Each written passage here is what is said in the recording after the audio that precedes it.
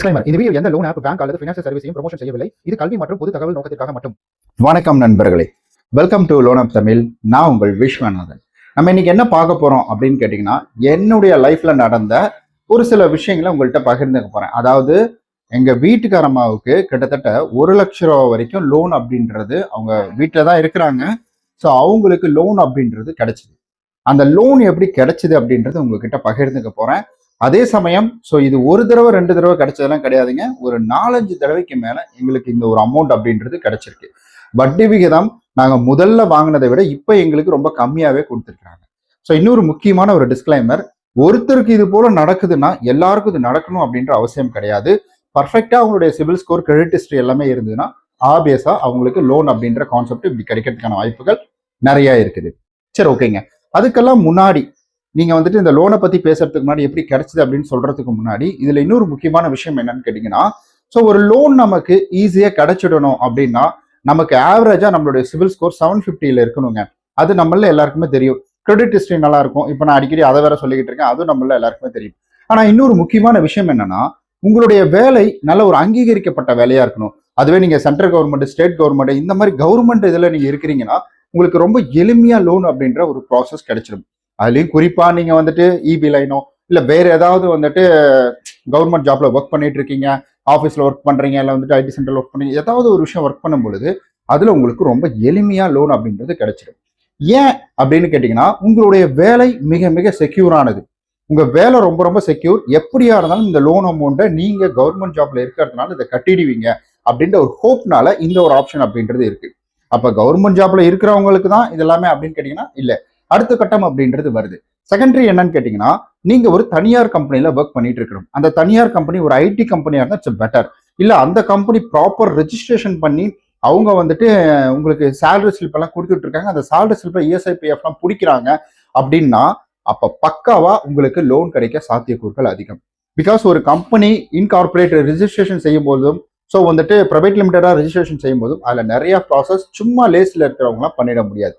நானும் இன்கார்பரேட் அப்படின்னு சொல்லிட்டு பிரைவேட் லிமிடெட்னு சொல்லிட்டு ஒரு கம்பெனி ஒன்று ரிஜிஸ்டர் பண்ணினேன் ஒரு 5-6 வருஷத்துக்கு முன்னாடி, இல்லை 10 வருஷம் இருக்கும்னு நினைக்கிறேன்.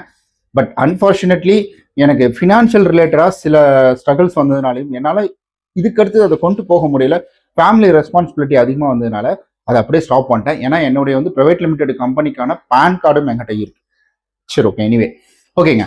இந்த மாதிரி இருக்கும். இந்த மாதிரி அதுக்கு டெபாசிட் அமௌண்ட் இருக்கு. இந்த மாதிரி நிறைய விஷயங்கள் அப்படின்றது இருக்குங்க.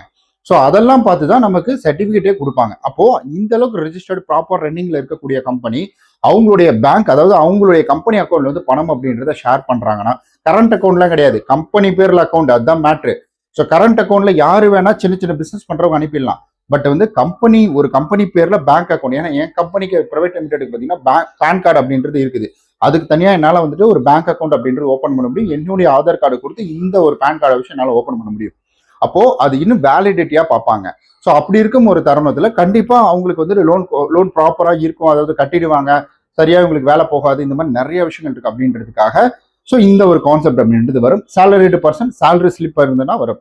அடுத்த கேட்டகரி அப்படின்றது கரண்ட் அக்கௌண்ட்.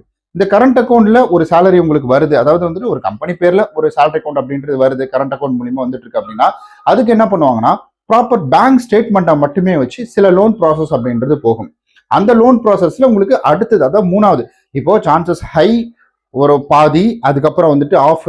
அதுக்கப்புறம் உங்களுக்கு குறைஞ்சிட்டு வரும். ஏன்னா பெரிய ஹையர் லோனுக்கு நான் சொல்றேன். இது எல்லாமே ஹையர் லோன், பெரிய பெரிய பல்கான லோன்களுக்கு தான் நான் சொல்றேன். அப்படியே குறைஞ்சிட்டு வரும். இதை எப்படி நான் சொல்றேன் அப்படின்னு கேட்டீங்கன்னா, எனக்கு இந்த ஃபீல்டில் அனுபவம் அப்படின்றது இருக்குது.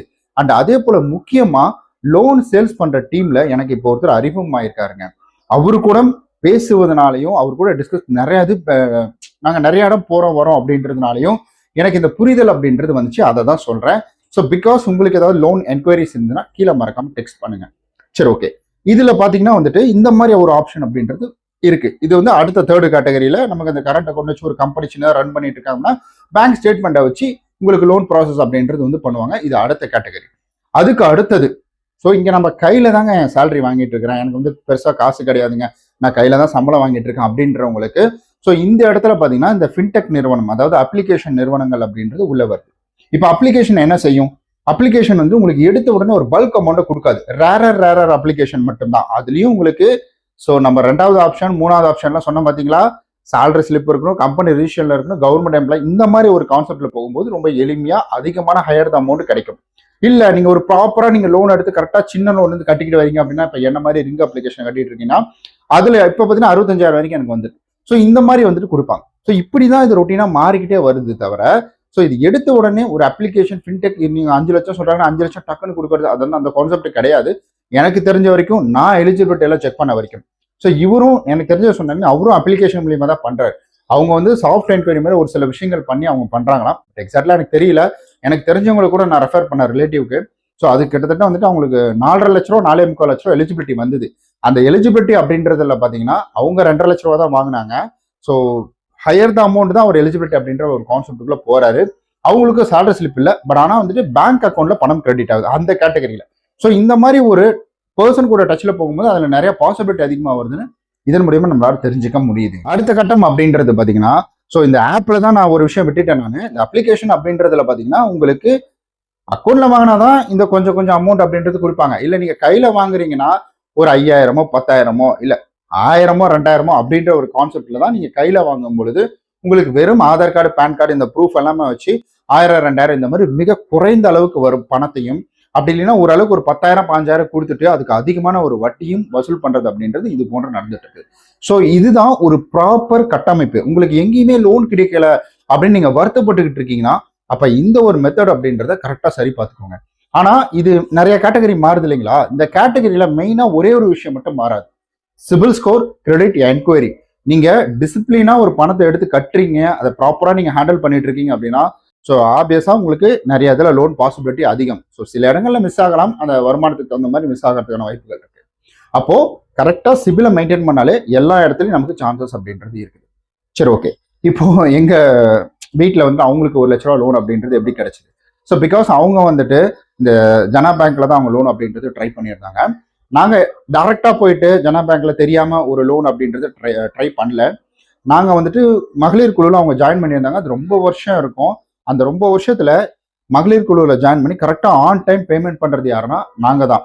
அது எப்படி இருக்கு, ஏன்னா இந்த ஃபீல்டில் இருக்கிறதுனால கரெக்டா ஆன் டைம் டான்னு கட்டிடுவேன். நான் எந்த இதுவுமே எதுக்கு எனக்கு ஸ்கிப் ஆனாலும் சரி, எனக்கு வீட்டுக்கு சாப்பாட்டுக்கு இல்லைனாலும் சரி, ரெண்ட்டுக்கு கூட பதில் சொல்லிடுவேன். கேட்டிருப்பாரு, ரெண்ட்டுக்கு கூட ஏதாவது காரணம் சொல்லிடுவேன் நான். ஆனா இதுக்கு மட்டும் நிறுத்தவே மாட்டேன் நான். ஸோ அப்படி நான் டான்னு கொடுத்துட்டு இருந்ததுனால என்னாச்சுன்னா, ஒரு குறிப்பிட்ட நாளுக்கு அப்புறம் இவங்க மகளிர் ஏன்னா கூட்டமா போயிட்டு லோன் எடுக்கிறதுல எங்களுக்கு வந்து ஈடுபாடு கிடையாது. நிறைய வெயிட் பண்ண வைக்கிறாங்க. ஸோ அந்த ப்ராசஸ் அப்படின்றது பிடிக்கல அப்படின்றதுனால வீட்டில் அவங்க வேணான்ட்டாங்க. சரி, நானும் ஓகே, ஒன்றும் பிரச்சனை இல்லை, அது எக்ஸ்ட்ரா வந்தா நம்ம வீட்டுக்கு ஏதாவது பண்ண போறோம் அவ்வளோதான், மற்றபடி வேணான்னு சொல்லிட்டு அது ஒரு பேர்டன் தானே அப்படின்னு சொல்லிட்டு விட்டுட்டோம். விட்டதுக்கு அப்புறம் என்னாச்சுன்னா, ஒரு 2 வருஷம் கழிச்சு எங்களுக்கு ஒரு கால் வருது. அந்த காலில் ஒரே வருஷம் தான் நாங்கள் கரெக்டாக கட்டணும். அதுக்கப்புறமா நாங்கள் எடுக்கவே இல்லை லோனு, வேணான்ட்டோம். மகளிர் குழு கேட்கும்போது நாங்கள் வேணான்ட்டோம். அப்படி வந்துட்டு 2 வருஷம் கழிச்சு கால் வருது, நான் லோன் இருக்குங்க, இந்த மாதிரி குழு லோன் இருக்கு, எடுத்துக்கிறீங்களா அப்படின்ற மாதிரி கேட்டாங்க. அப்படி கேட்கும்போது நாங்கள் ஒரே வார்த்தையாக சொன்னோம், சாரி சார், எங்களுக்கு இண்டிவிஜுவல் லோன் இருந்தால் கொடுங்க, ப்ராப்பராக நாங்கள் கட்டிடுவோம். அதுக்கு அடுத்தது நீங்கள் அந்த குழு மூலியமா லோன் கொடுக்குற கான்செப்டே வேணாம் சார். அப்போதான் வந்துட்டு இல்லைங்க, நீங்கள் வந்துட்டு இண்டிவிஜுவல் லோனே எடுத்துக்கலாம் அப்படின்னு சொல்லி எங்களுக்கு ஸ்டார்டிங் டைம்ல இதுக்கு முன்னாடி 35,000 எடுத்து கட்டிட்டோம். அதுக்கப்புறம் 50,000 அப்படின்றது கொடுத்தாங்க. 50,000 அப்படியே வந்துட்டு 60,000 மாறிச்சு, 60 80 மாறிச்சு, 80 90 மாதிரி, இப்ப 90 பாத்தீங்கன்னா எனக்கு 1 மாதிரி இருக்கு. ஸோ அவங்களுக்கு பெருசா இன்கம் ப்ரூஃப் அப்படின்றது கிடையாது. ஆனா அவங்க வந்து கரெக்டா இந்த பணத்தை கரெக்டா கட்டினதுனால, ஹேண்டில் பண்ணதுனால அவங்களுக்கு கூப்பிட்டு, ஓகே கிரெடிட் ஹிஸ்டரி நல்லா இருக்கு, சூப்பரா இருக்கு, அவங்களுக்கு சிபில் ஸ்கோர் பார்த்தீங்கன்னா 7 எந்த கூட கம்மியா இருக்கும், அவங்களுக்கு வந்துட்டு 801 அப்படின்றது சிபில் ஸ்கோர் அவங்களுக்கு. ஸோ அதனால என்னாச்சு பார்த்தீங்கன்னா, கூட்டு லோன் அப்படின்றது கொடுக்குறாங்க. கிரெடிட் ஹிஸ்டரி அப்படின்றதுலாம் பார்த்து. ஸோ மேபி இது ஒரு சிலர் கொடுப்பாங்க, ஒரு சிலர் கொடுக்க மாட்டாங்க. நீ நல்லா கட்டினா நான் ஏன் கொடுக்கும் அப்படின்ற ஒரு கான்செப்ட்ல போவாங்க. பட் எங்களுக்கு இந்த மாதிரி தான் இந்த 1 lakh அப்படின்றது கிடைச்சிது. அப்போ என்னுடைய புரிதல் என்னன்னா, ஒரு லோன் எடுத்து சரியா பேமெண்ட் பண்ணிட்டு வரும்பொழுதும், ஸோ நமக்கு வந்து இன்கம் ப்ரூஃபே இல்லைனா கூட இந்த மாதிரி சான்சஸ் அதிகமாக இருக்கு அப்படின்றத நம்மளால புரிஞ்சுக்க முடியுது. ஸோ மறுபடியும் ஒரு டிஸ்க்ளைமர், ஸோ இது முழுக்க முழுக்க பார்த்தீங்கன்னா என்னுடைய அனுபவம்.